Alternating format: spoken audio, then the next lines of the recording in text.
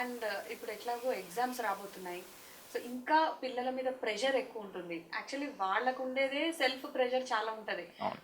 అవతల వాళ్ళకన్నా మనం ఎక్కువ మార్కులు తెచ్చుకోవాలి, ఇదంతా కామన్గా మనం చూస్తూనే ఉంటాం. At the same time parents నుంచి కూడా ప్రెషర్ ఉంటుంది. సో దీన్ని పిల్లలు ఎలా ఓవర్కమ్ చేయొచ్చు అంటే దట్టు వాళ్ళు చిన్న పిల్లల దగ్గర నుంచి ఇప్పుడు 10th క్లాస్ వరకు కూడా ఆబ్వియస్లీ ప్రెషరే. సో ఎలా మీరు ఇప్పుడు ఈ ఎగ్జామ్స్ రాబోతున్నాయి కాబట్టి మీరు ఎలాంటి టిప్స్ ఇస్తారు? ఫస్ట్లీ నేను అంటే పిల్లలకి జనరల్గా ఎగ్జామ్స్ ముందు చాలా మంది ప్యానిక్ అవుతారు, అందులో డౌట్ లేదు. అండ్ ఒక degree of panic is fine, normal, మంచిది కూడా. అంటే మరీ వాడు అసలు ఏం వరీ లేకపోతే కూడా మంచిది కాదు. So little bit anxiety exams ముందు ఇస్ న్యాచురల్. కానీ వెన్ ఇట్ హ్యాపెన్స్ అంటే చాలా సివియర్గా అయిపోతుంది అని కొందరు వస్తారు. ఎగ్జామే రాయని అంటుండు సార్, అసలు ఎగ్జామ్కి అపియరే కాని అంటుండు. ఇట్లాంటి వాళ్ళల్లో ఏంది అంటే ఫస్ట్లీ కొంచెం ఒక హెల్దీ లైఫ్ స్టైల్, కొంచెం టేక్ ఇట్ ఈజీ, కొంచెం ఇది లైఫ్ అండ్ డెత్ కాదు అనేది వాళ్ళకి కొంచెం అర్థం చెప్పాలి. అంటే ఇది ఇది ఇది ఎండ్ ఆఫ్ ద అది కాదు, దెర్ ఆర్ థింగ్స్. నేను అందరికి ఒకటే చెప్తాను ఏంటంటే ఎగ్జామ్ రేపు లేకపోతే ఎల్లుండి అనగా ఇవాళ కూర్చొని నువ్వు రాత్రి అంతా కూర్చొని చదవడంలో లాభం లేదు. ఇన్ఫ్యాక్ట్ అది కౌంటర్ ప్రొడక్టివ్. ఇన్ఫ్యాక్ట్ అది నువ్వు అప్పటివరకు చదివింది కూడా నీకు రేపు ఎగ్జామ్ రోజు యూ మే నాట్ బి రాయలేకపోవచ్చు. సో రోజు ఎంతో కొంత చదివేది, లేకపోతే ఎగ్జామ్ ఇంకా 1 month ఉన్నప్పుడు కొంచెం సీరియస్గా ప్రిపేర్ అవ్వడం ఎంత అయితే అంతదో అంతే. అండ్ నీ ఫైనల్ ఎగ్జామ్ అయినా నీ క్లాస్ టెస్ట్ అయినా you give it the same level of importance. అప్పుడు నీకు ఫైనల్ ఎగ్జామ్ అనేది ఒకటి పెద్దది ఓవర్వెల్మింగ్గా నాకు చాలా నేను బర్డెన్ లాగా తీసుకోకుండా ఉంటుంది. సో ఈవెన్ చిన్న చిన్న మీకు ఎవ్రీ డే ఎవ్రీ వీక్ పెట్టే టెస్ట్లు కూడా అంతే ఇంపార్టెన్స్ ఇచ్చి చదివితే I think it will be easy. So it's all about just sleep well, eat well. నేను తినకుండా మరీ చదివేటోళ్ళు ఉంటారు, రాత్రంతా నిద్ర డిస్టర్బ్ చేసుకొని చదివేటోళ్ళు ఉంటారు. దోస్ ఆర్ అబ్సల్యూట్లీ అంటే నాట్ అడ్వైజబుల్. అండ్ ఇంకా కిడ్స్, ఇంకా చాలా చిన్న పిల్లలు చూస్తే ఇది అందరికి అవసరమైనటువంటి ఒక ఇన్ఫో. అన్నం తినడానికి ఆర్ లేదా ఏ ఫుడ్ అయినా సరే ఫుడ్ తినడానికి వచ్చేసరికి చాలా మొండిగా బిహేవ్ చేస్తారు. అసలు దీన్ని ఎలా చూడాలి? దీనికి ఏమన్నా అసలు ఉందా, సొల్యూషన్ ఉందా? యా, ఐ థింక్ ఇది ప్రతి వెరీ చిన్న పిల్లలు వెరీ కామన్ ప్రాబ్లం అనుకుంటా. Every house hold I think experience చేస్తారు ఇది. ఒక్కటి అంటే మా పీడియాట్రిషియన్ ఫ్రెండ్స్తో మాట్లాడినా, ఇంకా వేరే వాళ్ళతోని చుట్టాలలో ఎవరితో మాట్లాడినా it's a very general common problem. ఒక్కటి వి ఆల్ అగ్రీ అపాన్ ఏంటంటే మనకి మంచిది ఇది, ఈ ఫుడ్ మంచిది అని మనం ఫోర్స్ ఫీడ్ చేయడం ప్రయత్నం చేయవద్దు. వానికి ఒకటి తింటుండు, వానికి ఒకటి నచ్చిందంటే గివ్ ఇట్. అది అసలు ఎలాంటి డౌట్స్ వస్తాయి అంటే ఆకలి కాదా వీళ్ళకి, పెట్టకపోతే ఇంకా అంతే తినరు అన్న.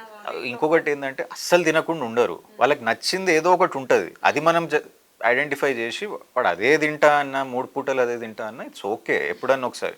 ఐ థింక్ పేరెంట్స్ కొంచెం ఎక్కువ ప్రెషర్ తీసుకుంటారు. అంటే ఇవాళ రేపు ఇది ఇక్కడ కూడా ఇన్ఫర్మేషన్ ఎక్కువైపోయి కిడ్స్కి ఇది పెట్టాలి, ఈ న్యూట్రియంట్ వాల్యూ ఉందా, ఇది ఇంత న్యూట్రిషన్ వాల్యూ ఉందా. ఐ థింక్ అందులో ఎక్కువ మనము ఇమ్మర్స్ అయిపోయి మనకి ఈ టైంకి ఇది ఇస్తాం, ఈ టైంకి ఇది ఇస్తాం అంటే దట్ పాసిబుల్ కాదు. He wills is a little child, వాడు ఉరుకుతుంటాడు, ఆడుతుంటాడు, పాడుతుంటాడు. వానికి ఎప్పుడు ఆకలి అయినప్పుడు you just give him what he wants, rather than మనకేదో వీనికి తినిపియాలి అని మనం మీద పడి తినిపిస్తే obviously is not going to, is real refuse. కాబట్టి be a little more, try to understand his timings, his needs. టైంకి నిద్రపోతుండు, కొంచెం పాలు తాగుతుండు, ఏదో ఒకటి పోతుంది అంటే పేరెంట్స్ ఎక్కువ వరీ కావద్దు. That's something I would say. I'm sure paediatric colleagues కూడా చెప్తారు దట్ ఎక్కువ వరీ అయిపోయి అన్నీ తినిపించాలి, మనం ఏం తింటున్నామో అది తినిపించాలి. That's okay, whatever he wants అక్కడ ఉంది, వాడు వచ్చి ఒకటి పిక్ చేస్తున్నాడంటే హీ లైక్స్ ఇట్ అనుకుంటే అదే తినిపించండి, 2 పూటలైనా 3 పూటలైనా. So don't. కానీ ఈ హ్యాబిట్ ఒకటి మనకు స్టార్ట్ అయింది కదా, ఫోన్ పట్టుకొని తినిపిస్తే వాడు ఏదో ఒకటి వానికి ఏం పెడుతున్నామో తెలియదు. That is a bad thing. Until and unless ఏం పెడుతున్నాం ఆయన నోట్లో అనేది తెలియకుండా మనం పెట్టడం ఈజ్ నాట్ హెల్దీ. ఏదో బ్లైండ్గా తినడం, వాడు ఎంజాయ్ చేయాలి, అఫ్ కోర్స్ మనం ఇన్వాల్వ్ చేయాలి. సో కొంచెం ఓపిక, పేషెన్స్. అఫ్ కోర్స్ ఇక్కడ మనము గ్రాండ్ పేరెంట్స్ వీళ్ళందరినీ మిస్ అవుతాము. ఉట్టి మదర్ వచ్చి తినిపించాలి అంటే కష్టమవుతుంది. వర్కింగ్ ఉమెన్స్ ఉంటారు చాలా మంది, సో వాళ్ళు కూడా ఇంపేషెంట్గా అయిపోతారు, తొందరగా ఫోన్ ఇచ్చేస్తే ఏదో ఒకటి కొంచెం నోట్లో పెట్టేస్తే అయిపోతుంది కదా అని. సో ఆ తొందర లేకుండా be a little more patient అంతే.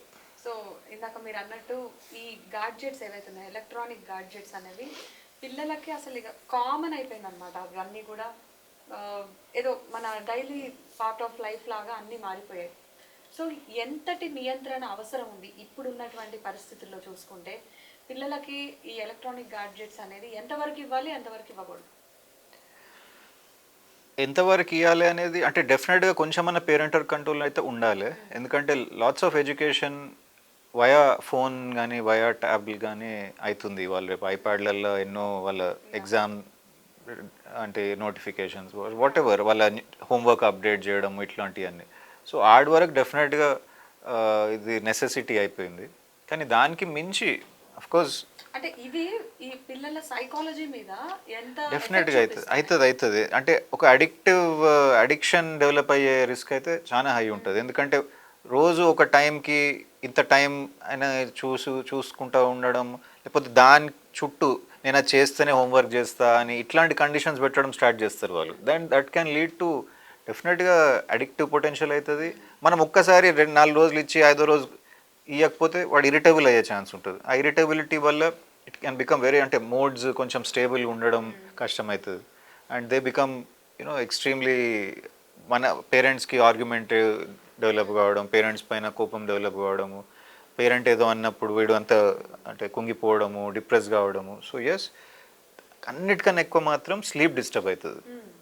పిల్లలల్లో ఎనఫ్ స్లీప్ లేకపోవడం, వాడు రోజంతా పాపం చదువుకొని వచ్చి స్కూల్లో అది వాట్ ఎవర్ కష్టపడి వచ్చి మళ్ళీ ఫోన్ పట్టుకొని అదే ఫోన్తో చూసుకుంటూ ఉంటే it will directly impact the బ్రెయిన్లో కొన్ని న్యూరాన్స్ అంటే ఎలక్ట్రికల్ ఇంపల్సెస్ అవి ఎక్స్ట్రీమ్గా స్టిమ్యులేట్ కావడం స్టార్ట్ చేస్తుంది. So it can lead to fits, it can lead to eye disturbances ఎట్లయినా అవుతుంది.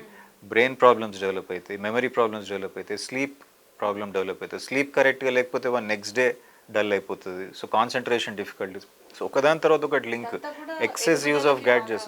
ఎస్ డెఫినెట్గా. సో వాళ్ళ ముందు కాన్సన్ట్రేషన్ లేదు అంటే మెమరీ ఇష్యూస్ డెవలప్ కావచ్చు. మెమరీ ఇష్యూస్ లేకపోతే డెఫినెట్గా యూ క్యాన్ బికమ్ అంటే అకాడమిక్స్లో యూఆర్ ఫాలోయింగ్ బిహైండ్.